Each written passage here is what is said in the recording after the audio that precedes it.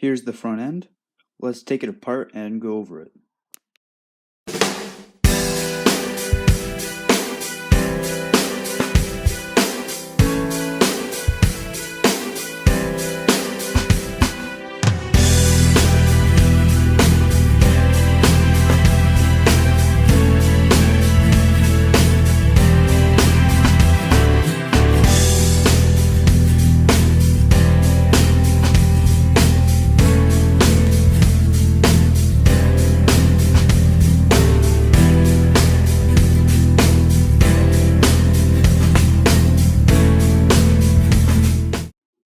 Alright, we're down to the bare diff.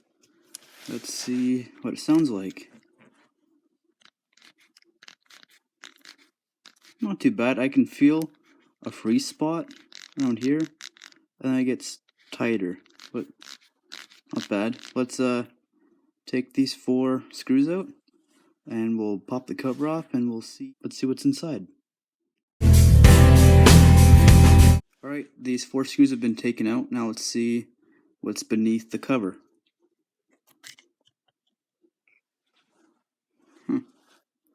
Got some grease splattered around there. Wow, this front diff is in pretty good condition. We take the diff out.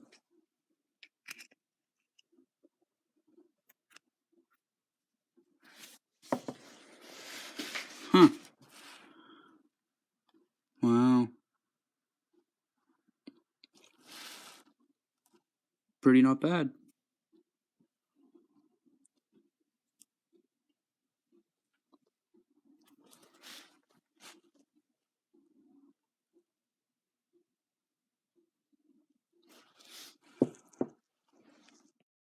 So upon further inspection, this front pinion bearing is seized. It doesn't move. It's definitely gonna cause some kind of issue, so good thing we're taking this thing apart.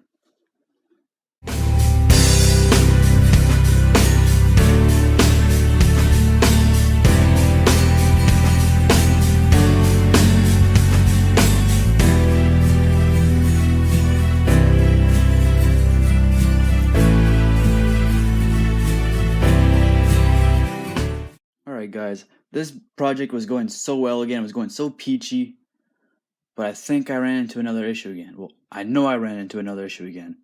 Let me show you. So I was cleaning all my parts and building up my new diff. All that went peachy until I went to actually fit it. It really doesn't fit right at all. So here's the diff. Put it in here. It's not very free. You can hear it rubbing on something. And it's not even touching the pinion. Look at this.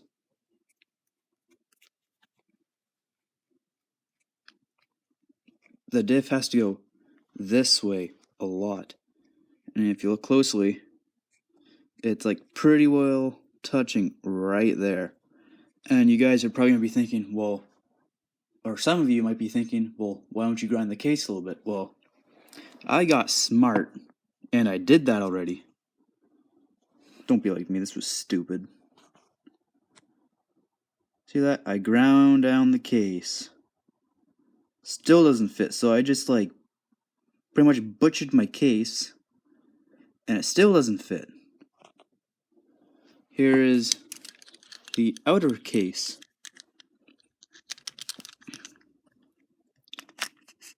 It doesn't even sit down in there. This side does, but this side doesn't. It doesn't even sit on there. And then you grab the RTR diff. Goes, oh yeah, it was rubbing right here, so I shaved that down too.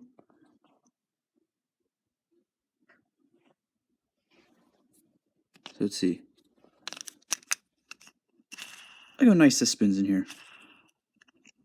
And most importantly, look at the space it has in the diff case, as opposed to this one. Look, it's rubbing right there.